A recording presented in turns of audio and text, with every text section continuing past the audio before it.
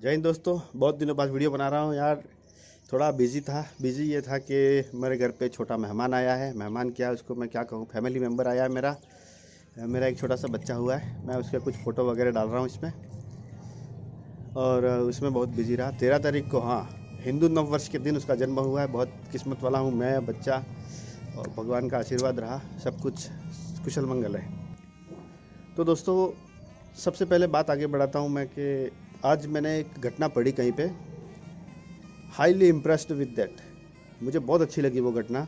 उसमें दिया है लव जिहाद के बारे में, दिया है लव जिहाद जैसलमेर के बारे में बताया। जैसलमेर का एक गांव है सासाराम। 1966 में क्या हुआ कि वहाँ एक सासाराम जो गांव है, वहाँ पर एक सरपंच था। वो सरपंच मुस्लिम था। उस गांव में एकमात्र ब्राह्मण परिवार कोई रहता था। तो वो जो मुस्लिम था, जो सरपंच था, उसका बेटा था, वो जोधपुर में पढ़ता था। और उस समय गर्मियों की छुट्टियाँ वगैरह हुई होंगी, तो वो घर आया था। और उसने अपने पिताजी को कहा कि भाई, ये ब्राह्मण की जो लड़की है वो मुझे पसंद है और मैं इससे शादी करूँगा। तो कोई लव मैरिज का तो मामला ही नहीं था, लव का। तो वो तो आया और उसने कह दिया कि मुझे अच्छी लग रही है ये।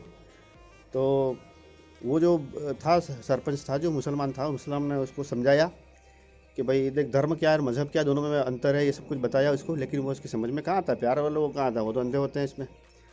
तो फिर क्या हुआ कि उसने मना कर दिया पिताजी ने पहले तो।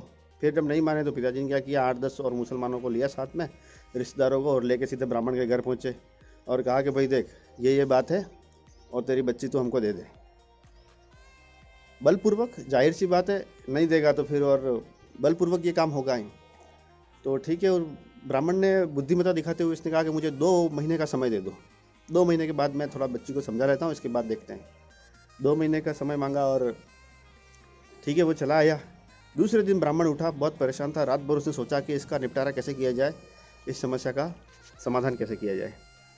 तो वो उसने क्या किया, वो पड़ोस में एक राजपूत परिवार था, जो राजा महाराजे रजवाड़े थे। तो वो तो भले उनका ख़त्म हो गया राज कार्य, लेकिन वो पीढ़ियाँ तो हैं। वो गया और ब्राह्मण ने जाके उसके घर के आगे खोदना शुरू किया। तो जो राजपूत था वो तो था नहीं, लेकिन उसका बेटा था, कुंवर था, 17 साल का था कुंवर। वो बाहर आया और उसने पूछा कि बेटा, अरे विप्र, ये क्या कर रहे हो आप? सम्मानपूर्वक पूछा कि भाई पंडित जी, आप ये क्या कर रहे हैं? तो पंडित जी ने जवाब दिया कि बेटा, मैंने ऐसा सुना है कि ये जो वसुंधरा है, धरती है, वो अपना बीज कभी नहीं खोती है। तो मैं देख रहा हूँ कि राजपूतों का बीज रहा है कि राजपूत खत्म हो गए। तो वो जो बेटा था उसका, वो समझ गया इस बात को। उसने कहा कि पंडित जी, आप अंदर चलिए, मैं आपको वचन देता हूँ कि आपकी जो समस्या होगी वो निराकरण करूँगा, और भले मुझे अपने प्राण क्यों नहीं त्यागने पड़े, लेकिन मैं ये काम करूँगा। ऐसा बोल के वो चले वो अंदर। थोड़ा फ़ोन हिल रहा है सर, फ़ोन से कर रहा हूँ ना मैं, तो थोड़ा इसको चलने दें यार, परेशान हो सकते हैं हम। तो अंदर गया, उसने कहा कि आप बैठिए, भोजन वोजन कीजिए, अभी पिताजी आते ही होंगे।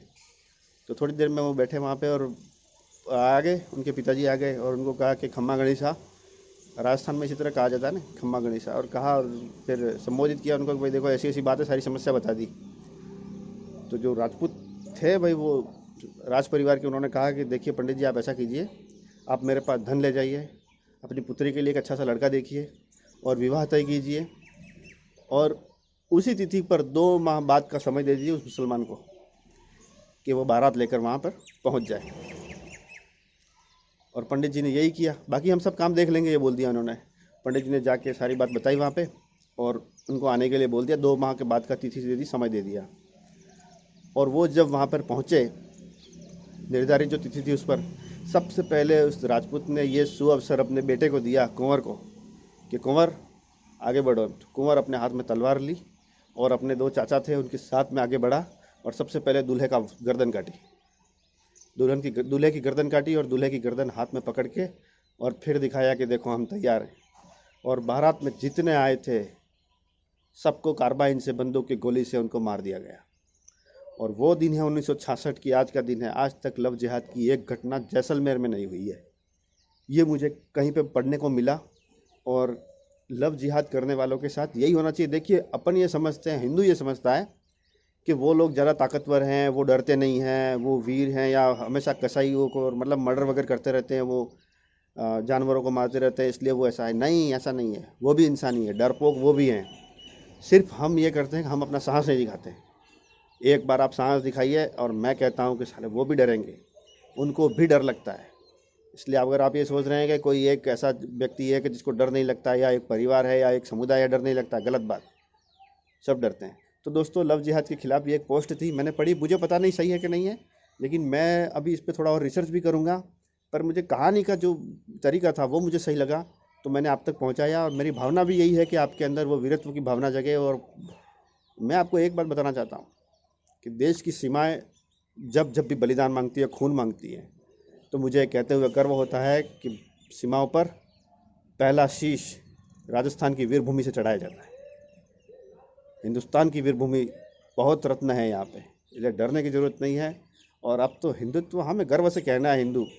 मैं अभी तिलक वगैरह नहीं कर रखा मैंने, आज भगवान की पूजा, अभी क्या घर में बच्चा है तो वो सूतक वगैरह लगता है ना, 10 दिन 20 दिन जो भी मानते हैं लोग, तो इसलिए मैंने नहीं किया। बाकी मैं हमेशा तिलक लगा के रखता हूँ। हिंदू हैं तो ये गर्व करने की बात है, शर्म की बात नहीं है। वो मुगलों का एक लंबा काल आया था, ऐसा एक कालखंड ऐसा रहा कि जिसमें हमें डराया गया, या हम डर के रहे, या किसी कारण से हम संगठित नहीं थे, तो हम उसमें परेशान हुए और वो डर हमारे अंदर बैठ गया। आज भी हमारा बच्चा बाहर निकलता है तो पहले हम ये कहते हैं, लड़ाई होती है तो, ए बेटा तू मत बोलना बाहर, तू बाहर तक क्यों जा रही हो, मतलब तू बाहर क्यों जा रहा है, बाहर जाके क्या करेगा। लड़ाई हो रही है तो करने दे उनको। सड़क पे जाते हैं तो माता पिता साथ में होते हैं, तेरे बेटा रहने दे, क्यों झगड़े में पड़ रहा है, चल। क्योंकि पिछला एक कालखंड ऐसा गया जिसमें हमने सब ने यही देखा। तो अब डरने की ज़रूरत नहीं है। अब हमारे साथ सरकार बैठी है और बस आपसे विनती है कि इस हिंदुत्ववादी सरकार को लगातार वापस बिठाए रखें। आप इंतज़ार कीजिए कि राज्यसभा में पूर्ण बहुमत मिल जाए। 123 सीटें चाहिए राज्यसभा में बहुमत के लिए, अभी इनके पास 103 104 है। अभी भी राज्यसभा में पूर्ण बहुमत नहीं है, इसके बाद भी 370 वगैरह हटाई इन्होंने। अगर पूर्ण बहुमत मिल जाएगा तो आप मान के चलना, समाजवाद शब्द भी प्रस्तावना से हट जाएगा, जो कि इंदिरा गांधी ने इमरजेंसी लगाकर रशिया के पूर्वाग्रह में आके उन्होंने ये काम किया था, वो भी हट जाएगा और हिंदू राष्ट्र का निर्माण भी होगा। जय हिंद दोस्तों।